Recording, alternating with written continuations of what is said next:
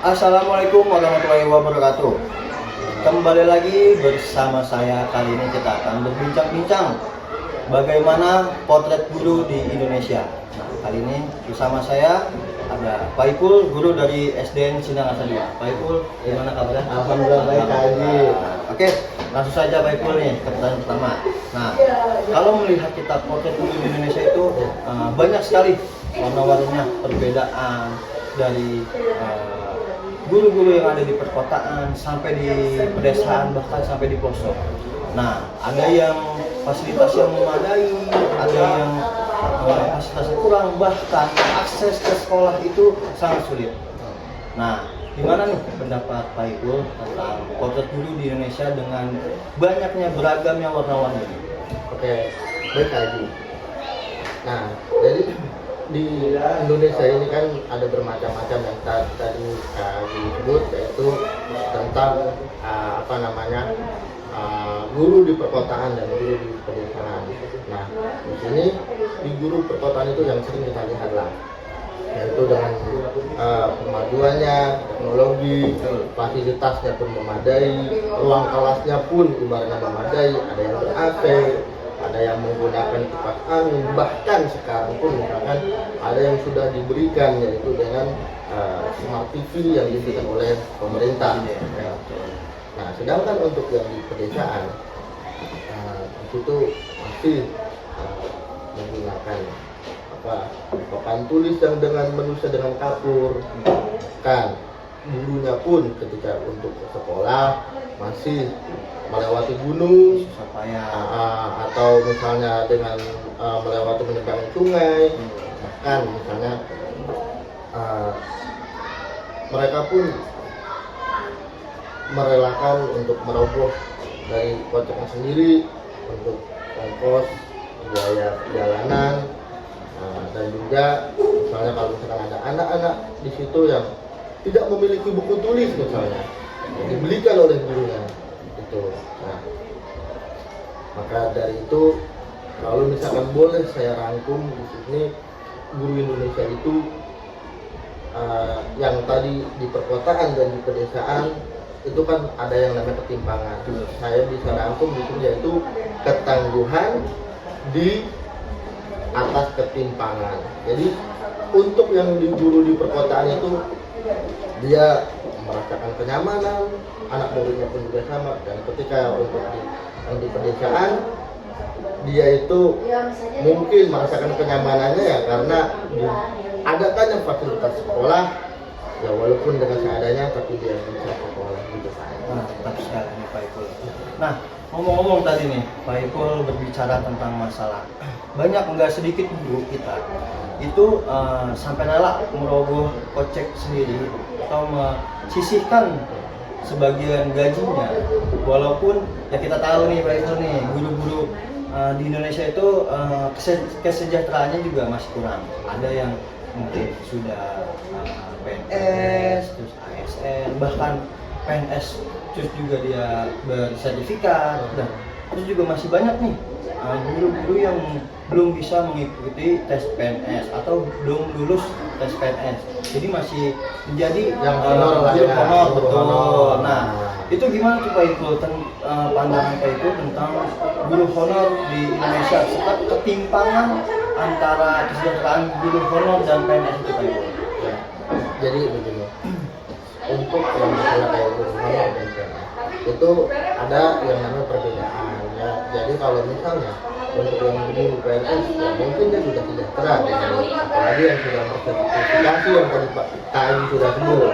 Nah, sedangkan untuk yang guru honor ini dia dengan gaji yang tidak seberapa kan gitu kan, dia harus yang namanya berdedikasi kepada masyarakat untuk yang namanya membangun generasi anak bangsa di daerah perkampungan atau pedesaan ya dia untuk kesejahteraannya itu ya memang harus diperhatikan oleh pemerintah. Nah, maka dari itu ya menurut saya pribadi untuk di guru honorer ini dia bisa saya sebut adalah guru yang hebat. Kenapa saya bilang guru yang hebat? Karena dia itu tangguh dalam menghadapi ketimpangan sosial, baik itu untuk dirinya sendiri sebagai status honorer maupun dia ketika untuk kepada murid-muridnya, dia rela mengorbankan maksanya untuk kemajuan generasi anak bangsa. Mantap sekali Pak Ipul. Jawabannya tadi itu sangat kritis dan sangat bermotivasi ya buat kita semua, terutama buat teman-teman guru honorer. Nah, satu pertanyaan terakhir Pak Ipul. Kita tahu sekarang kita itu berada di zaman yang sudah modern. Nah, terutama di zaman ini banyak sekali di website ataupun AI.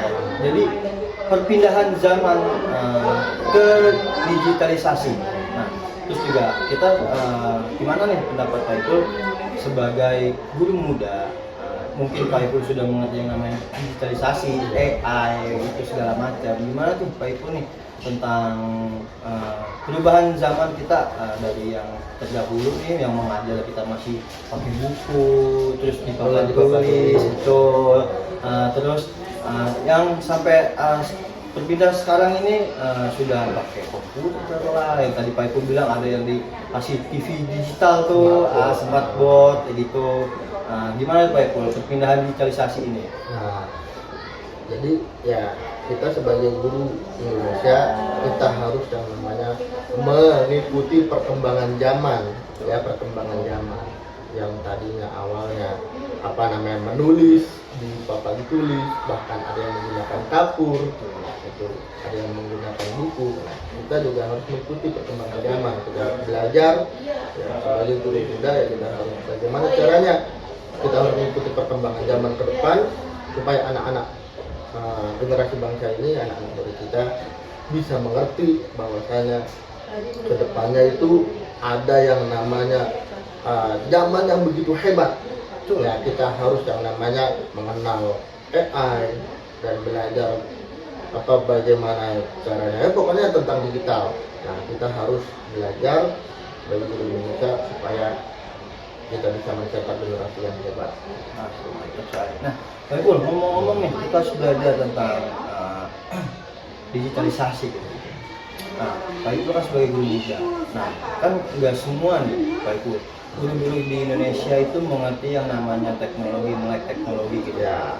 Gimana sih cara Pak Ipul menghadapi tantangan itu sebagai guru muda yang sudah paham nih akan teknologi digitalisasi itu, gimana Pak Ipul? Nah, jadi ya kita harus yang namanya sebagai guru yang muda atau yang lebih paham, kita harus mengajari kepada teman-teman atau bahkan rekan-rekan yang senior yang belum mengerti tentang laptop lah, komputer lah, bahkan AI sekarang yang sudah lebih canggih lagi, maka kita harus yang namanya mengajari kepada rekan-rekan guru kita yang belum mengenal untuk digitalisasi ini.